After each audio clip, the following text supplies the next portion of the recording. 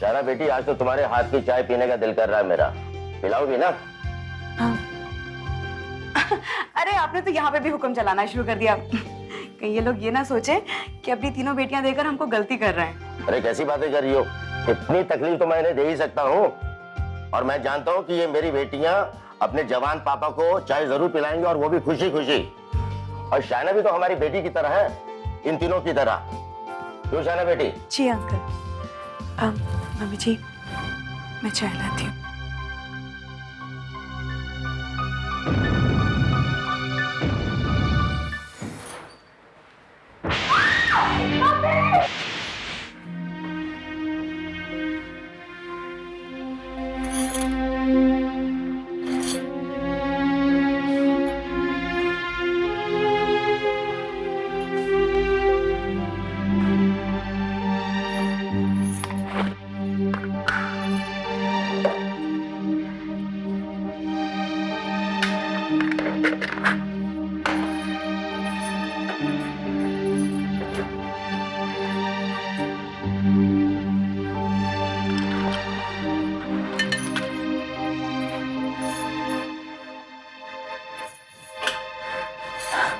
ताई जी आप? बेटा तुम जाओ, चाय मैं बना लूंगी। ताई जी मैं बना रही हूँ ना, और वैसे भी अंकल को मेरे हाथ की चाय चाहिए, और मुझे भी उनके लिए बनाने में खुशी होगी। तो तुम्ही ने सब कुछ तो चढ़ाया है गैस पे, तुम्हारे हाथ तो लग ही गए हैं। जब तैयार हो जाएगी तो मैं ले आऊंगी। ये चाय तुम्ही ने बनाई है, तुम समझो। पर कुछ नहीं, तुम जाओ बेटा, अच्छा नहीं लगता। नताशा और मैं सब संभाल लेंगे ना।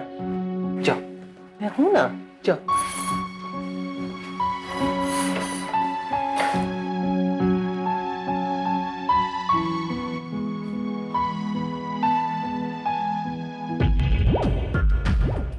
बेटा शायना, मैंने कहा मैं बना रही हूँ, तुम जाओ ना वहां पे।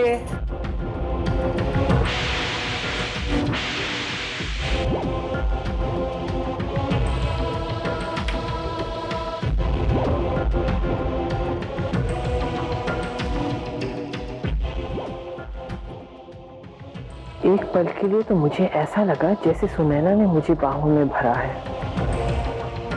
सुनैना? नहीं, सुनैना इतनी आसानी से नहीं जाने वाली आप लोगों को छोड़कर। वो हर वक्त आप लोगों के साथ ही रहेगी। यूं समझ लीजिए कि वो आप लोगों की जिंदगी में आ चुकी है, हमेशा हमेशा के लिए। पंडित जी, इस वक्त भी वो हमारे आसपास ही है कहीं? हाँ, वो इस वक्त भी यही है, तुम्हारे अगल बगल। पर पंडित जी, आखिर वो चाहती क्या है? उस दिन तांत्रिक बाबा ने भी बताया कि किसी अधूरे काम को पूरा करने आई। आखिर ये कौन सा काम है? हाँ पंडित जी, हमें बताइए ना, वो क्या काम है? हम सब कुछ करने के लिए तैयार हैं, जिससे उसकी भटकती आत्मा को शांति मिल जाए। लेकिन पंडित जी बताइए ना, वो काम क्या है? ये तो सिर्फ वही बताएगी सही वक्त आने पर। इस संबंध में कुछ नहीं कर सकता, और मेरा अधिकार भी नहीं है। लेकिन पंडित जी, आप हमें इतने सालों से जानते हैं, अगर आप हमारी मदद नहीं करेंगे तो कौन करेगा? और ये सब कब तक चलता रहेगा? इस हालत में हम कैसे जी सकते हैं? हमें पता नहीं चलता कि रात को क्या होने वाला है। रात चैन से कट जाए तो ये समझ में नहीं आता कि दिन में क्या होने वाला है। और अब मेरी तीनों बेटियों की शादी होने वाली है, जरा उनके बारे में सोचिए ना।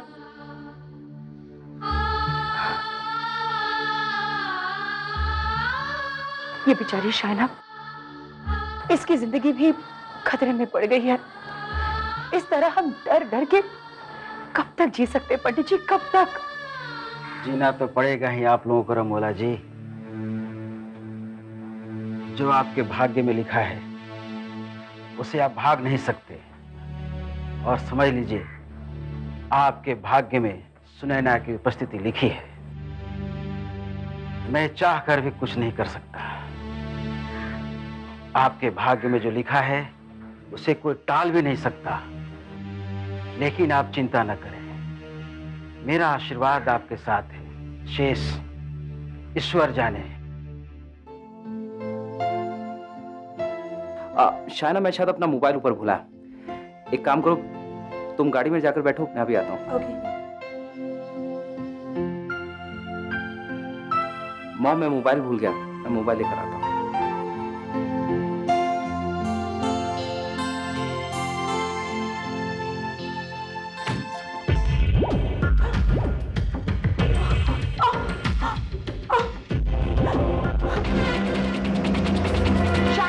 शायना!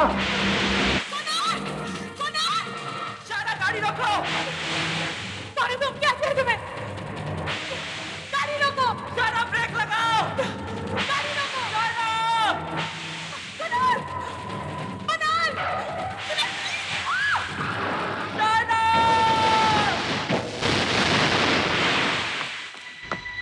शायना! शायना! शायना, तुम ठीक तो हो ना? चलो बाहर निकलो। ठीक हो ना शायना? कुणाल! वो क्या? कुणाल, वो क्या हुआ? शायना, शायना क्या हो गया? मम्मी जी, मैं गाड़ी के अंदर बैठी और अपने आप चल पड़ी। क्या? हाँ मम्मी जी, मैंने कुछ नहीं किया। मुझे लगता है कोई मुझे मारना चाहता है। कुणाल, कुणाल, मुझे ले जाओ। तुम चलो, तुम चलो। पंडित जी ठीक ही कह रहे थे। सुनैना खुद ही हमें बताएगी वो क्या चाहती है। वो शायना की जान उसी तरह लेना चाहती है जैसे खुद उसकी जान गई थी।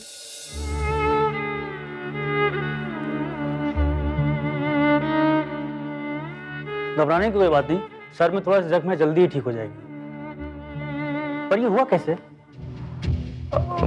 वो एक्चुअली डॉक्टर, गाड़ी के ब्रेक फेल हो जाने की वजह से गाड़ी आउट ऑफ कंट्रोल हो गई थी। वो तो अच्छा है कि शायना गाड़ी से कूद गई, वरना। चिंता की कोई बात नहीं, जल्दी ठीक हो जाएगी। चलिए डॉक्टर, आप पूछो।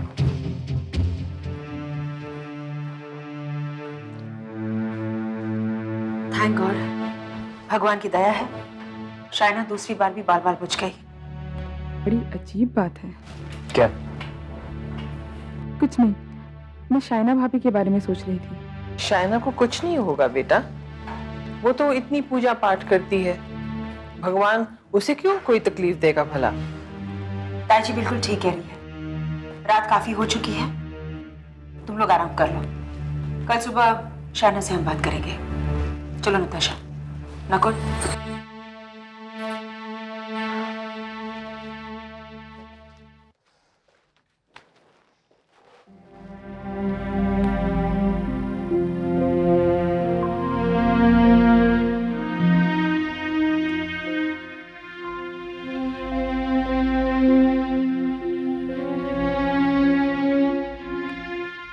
क्या बात है अनीश, कुछ बात करना चाहते हो शायद?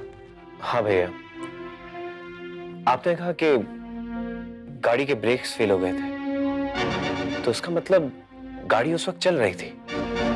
तो फिर भाभी अकेली क्या कर रही थी गाड़ी के अंदर? जब गाड़ी चल रही थी तो फिर आप और मम्मी भी तो होने चाहिए गाड़ी के अंदर। तुम्हें किसने कहा कि उस वक्त गाड़ी चल रही थी?